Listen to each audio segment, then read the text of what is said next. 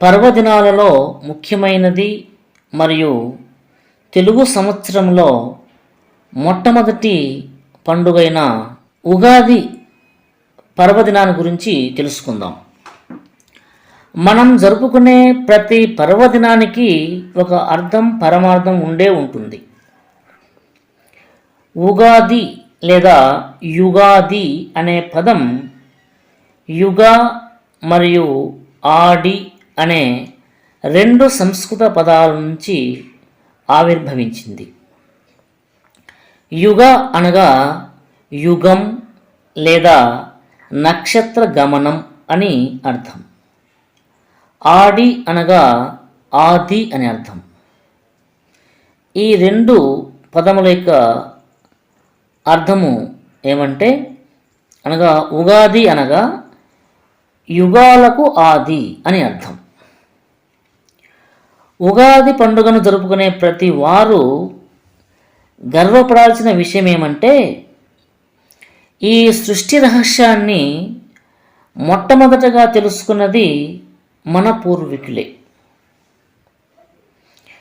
ఉగాది రోజుననే ఈ సృష్టి ప్రారంభమైనదనే విషయాన్ని మన పూర్వీకుల ద్వారానే మనం తెలుసుకోగలిగాం. ఉగాది రోజున బ్రహ్మదేవుడు ఈ సృష్టిని ప్రారంభించిన రోజే ఉగాది.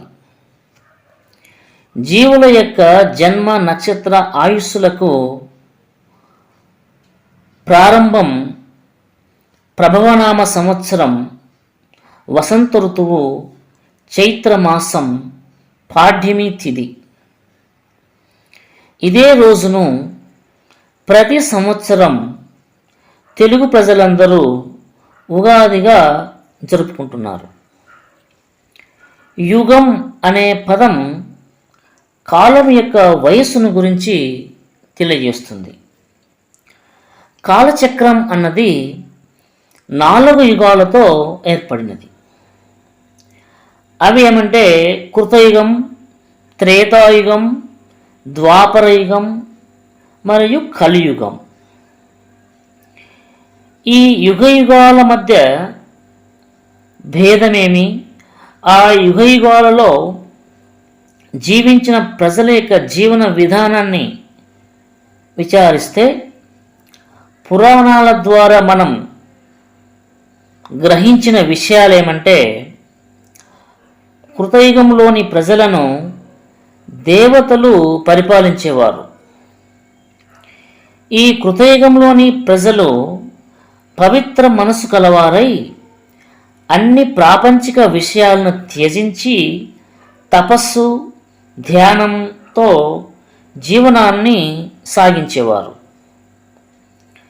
ఈ యుగ ప్రజలు శారీరక శ్రమ కానీ చేసేవారు కాదు. అలానే వీరికి ఎలాంటి వ్యాధి బాధలు ఉండేవి కాదు. ప్రకృతి వైపరీత్యాలు అసలే ఉండేవి కాదు. ఆనాటి ప్రజల మధ్య ఆర్థిక సామాజిక మతపరమైన భేదాలు ఉండేవి కాదు. వీరు అనగా కృతయుగంలోని ప్రజలు వారికి గల సంకల్ప శక్తి వలన వారికి గల కోరికలను తీర్చుకునేవారు. ఈ యుగంలో ధర్మం అన్నది 4 పాదాల నడిచింది. త్రేతాయుగం యొక్క కాల పరిధి 17,28,000 సంవత్సరములు.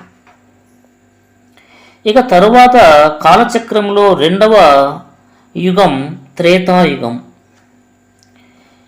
ఈ త్రేతాయుగంలోని ప్రజలు ధర్మార్థ కామ మోక్షములను తపస్సు ద్వారా పొందేవారు. వీరు ధర్మపరాయణలై జీవనం సాగించేవారు. వీరిని పరిపాలించే రాజులు ప్రజల యొక్క యోగక్షేమాలను చూసేవారు. ఈ యుగంలో పాడి పంటలు సమృద్ధిగా ఉండేవి. అష్ట ఐశ్వర్యం అనుభవించేవారు ఈ యుగ ప్రజలు. త్రేతాయుగంలో ధర్మము 3 పాదాల నడిచింది. శ్రీరామచంద్ర ప్రభువు ఈ యుగంలోనే అవతరించి దుష్ట సంహారం చేశాడు. ఈ యుగ పరిధి 12,96,000 సంవత్సరములు. ఈ యుగ ప్రజల ఆయుస్సు 10,000 సంవత్సరములు. శ్రీరామచంద్ర ప్రభువు 11,000 సంవత్సరములు జీవించారని పురాణ కథనం. ఇక తరువాత ద్వాపర యుగము. ఈ యుగం కాలచక్రంలో 3వ యుగం. ఈ యుగ ప్రజలు ఈర్ష్యాద్వేషాలు ఎలానో అలానే ధర్మం మానవత్వాలు సమపాలనలో ఉండేవి. ఈ యుగంలో ధర్మదేవత 2 పాదాలు నడిచింది. ఈ యుగంలోనే శ్రీకృష్ణ పరమాత్మ అవతరించి దుష్ట సంహారం చేశాడు. ద్వాపర యుగం యొక్క కాల పరిమాణం 8,64,000 సంవత్సరములు. శ్రీకృష్ణ భగవానుని అవతార పరిసమాప్తి తరువాత కలియుగం ప్రారంభమైనది. ఇక కలియుగం కాలచక్రంలో చివరిది కలియుగం. కలియుగం క్రీస్తుకు పూర్వం 3,102 సంవత్సరం, ప్రభవనామ సంవత్సరం, వసంత ఋతువు, చైత్రమాసం, పాడ్యమి రోజున కలియుగం ప్రారంభమైనది. ఇదే రోజు తెలుగు సంవత్సరాదిని తెలుగు ప్రజలు జరుపుకుంటున్నారు. ఈ తెలుగు సంవత్సరములు 60. మొదటిది ప్రభవనామ సంవత్సరం, చివరిది అక్షయనామ సంవత్సరం. ఈ చివరి పరిసమాప్తి అయిన తర్వాత మళ్ళీ యథాప్రకారం ప్రభవనామ సంవత్సరం ప్రారంభమవుతుంది. ఈ తెలుగు 60 సంవత్సరముల పేర్లకు సంబంధించి ఒక పురాణ కథనం ఉంది. అదేమంటే, బ్రహ్మ మానసపుత్రుడైన నారదముని ఒకసారి విష్ణుమాయ వలన స్త్రీగా జన్మించి భూలోకంలో ఒక రాజుని వివాహం చేసుకుంటాడు. వారికి 60 మంది సంతానం కలిగింది.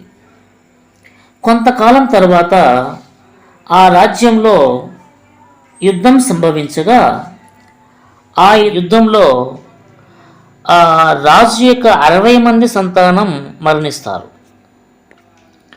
స్త్రీ రూపంలో ఉన్న నారదుడు విష్ణుదేవుని ప్రార్థించగా విష్ణుదేవుడు కరుణించి, నీ 60 మంది సంతానం కాలచక్రంలో తిరుగుతూ ఉంటారని వరమిచ్చాడు నారదమునికి. వారి పేర్లే మన తెలుగు సంవత్సర నామాలుగా నిలిచిపోయాయని